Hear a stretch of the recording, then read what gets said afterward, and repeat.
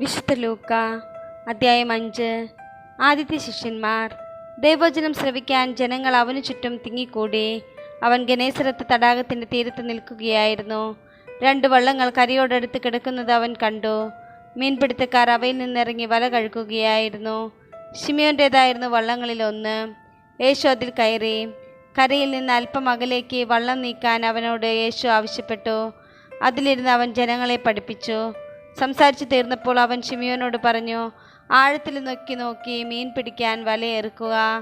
ശിമിയോൻ പറഞ്ഞു, ഗുരു, രാത്രി മുഴുവൻ അധ്വാനിച്ചിട്ടും ഞങ്ങൾക്ക് ഒന്നും കിട്ടിയില്ല. എങ്കിലും നീ പറഞ്ഞതനുസരിച്ച് ഞാൻ വലയിറക്കാം. വലയിറക്കിയപ്പോൾ വളരെയേറെ മത്സ്യങ്ങൾ അവർക്ക് കിട്ടി. അവരുടെ വല കീറിത്തുടങ്ങി. അവർ മറ്റേ വള്ളത്തിലുണ്ടായിരുന്ന കൂട്ടുകാരെ ആംഗ്യം കാണിച്ച് സഹായത്തിന് വിളിച്ചു. അവർ വന്ന് 2 വള്ളങ്ങളും മുങ്ങാറാകുവോളം നിറച്ചു. ശിമിയോൻ പത്രോസ് ഇത് കണ്ടപ്പോൾ യേശുവിൻ്റെ കാൽക്കൽ വീണ്, കർത്താവേ, എന്നിൽ നിന്ന് അകന്നു പോകണമേ, ഞാൻ പാപിയാണ് എന്ന് പറഞ്ഞു. എന്തെന്നാൽ തങ്ങൾക്ക് കിട്ടിയ മീനിൻ്റെ പെരുപ്പത്തെപ്പറ്റി ശിമിയോനും കൂടെ ഉണ്ടായിരുന്നവരും അത്ഭുതപ്പെട്ടു. അതുപോലെ തന്നെ അവൻ്റെ പങ്കുകാരായ സെബദിപുത്രന്മാർ യാക്കോബും യോഹന്നാനും വിസ്മയിച്ചു. യേശു ശിമിയോനോട് പറഞ്ഞു, ഭയപ്പെടേണ്ട, നീ ഇപ്പോൾ മുതൽ മനുഷ്യരെ പിടിക്കുന്നവനാകും. വള്ളങ്ങൾ കരയ്ക്കടുപ്പിച്ചതിന് ശേഷം എല്ലാം ഉപേക്ഷിച്ച് അവർ അവനെ അനുഗമിച്ചു. കുഷ്ഠരോഗിയെ സുഖപ്പെടുത്തുന്നു.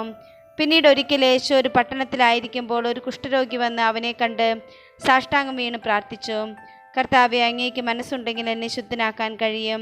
യേശു കൈനീട്ടി അവനെ തൊട്ടുകൊണ്ട് പറഞ്ഞു, എനിക്ക് മനസ്സുണ്ട്, നിനക്ക് ശുദ്ധി ഉണ്ടാകട്ടെ.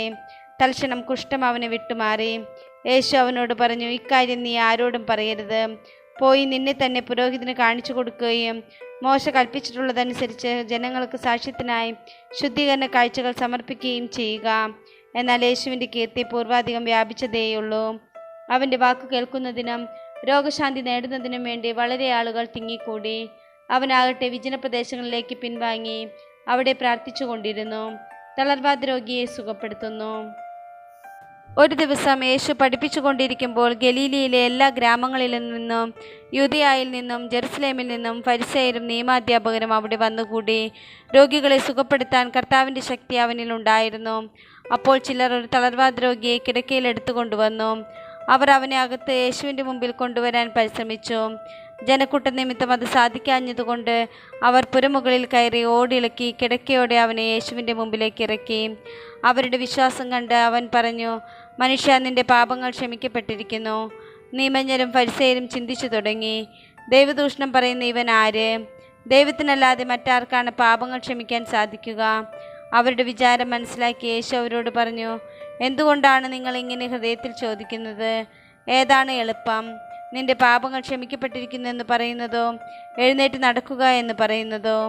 ഭൂമിയിൽ പാപങ്ങൾ ക്ഷമിക്കാൻ മനുഷ്യപുത്രന് അധികാരമുണ്ട് എന്ന് നിങ്ങൾ അറിയേണ്ടതിന് യേശു തളർവാദ രോഗിയോട് പറഞ്ഞു, ഞാൻ നിന്നോട് പറയുന്നു, എഴുന്നേറ്റ് കിടക്കയും എടുത്ത് വീട്ടിലേക്ക് പോവുക.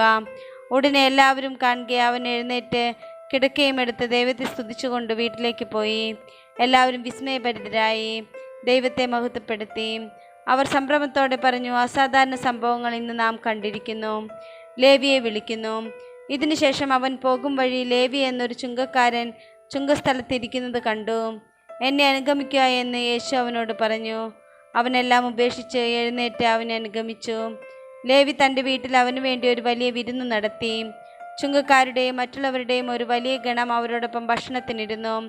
ഫരിസേയരും നിയമജ്ഞരും പിറുപിറുപ്പോടെ അവൻ്റെ ശിഷ്യരോട് പറഞ്ഞു, നിങ്ങൾ ചുങ്കക്കാരോടും പാപികളോടും ഒത്ത് തിന്നുകയും കുടിക്കുകയും ചെയ്യുന്നതെന്ത്? യേശു അവരോട് പറഞ്ഞു, ആരോഗ്യമുള്ളവർക്കെല്ലാം രോഗികൾക്കാണ് വൈദ്യനെ ആവശ്യം. ഞാൻ വന്നിരിക്കുന്നത് നീതിമാന്മാരെ വിളിക്കാനല്ല, പാപികളെ പശ്ചാത്താപത്തിലേക്ക് ക്ഷണിക്കാനാണ്. ഉപവാസത്തെ സംബന്ധിച്ച് തർക്കം. അവർ അവനോട് പറഞ്ഞു, യോഹന്നാൻ്റെ ശിഷ്യർ പലപ്പോഴും ഉപവസിക്കുകയും പ്രാർത്ഥിക്കുകയും ചെയ്യുന്നു. ഫരിസേയരുടെ ശിഷ്യരും അങ്ങനെ തന്നെ. എന്നാൽ നിന്റെ ശിഷ്യർ തിന്നുകുടിച്ച് നടക്കുന്നു. യേശു അവരോട് മറുപടി പറഞ്ഞു, മണവാളൻ കൂടെയുള്ളപ്പോൾ മണവറത്തോഴരെ കൊണ്ട് ഉപവസിപ്പിക്കാൻ നിങ്ങൾക്ക് കഴിയുമോ? എന്നാൽ മണവാളൻ അവരിൽ നിന്ന് അകറ്റപ്പെടുന്ന ദിവസങ്ങൾ വരും, അപ്പോൾ അവർ ഉപവസിക്കും.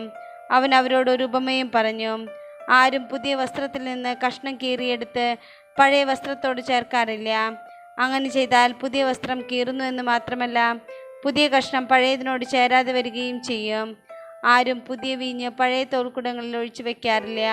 അങ്ങനെ ചെയ്താൽ പുതിയ വീഞ്ഞ് പഴയ തോൽക്കുടങ്ങൾ ഭേദിച്ച് ഒഴുകിപ്പോവുകയും തോൽക്കുടങ്ങൾ നശിക്കുകയും ചെയ്യും. പുതിയ വീഞ്ഞ് പുതിയ തോൽക്കുടങ്ങളിലാണ് ഒഴിച്ചു വെക്കേണ്ടത്. പഴയ വീഞ്ഞ് കുടിച്ച ഒരുവനും പുതിയത് ഇഷ്ടപ്പെടുകയില്ല. പഴയതാണ് മെച്ചമെന്നല്ലേ പറയുന്നത്.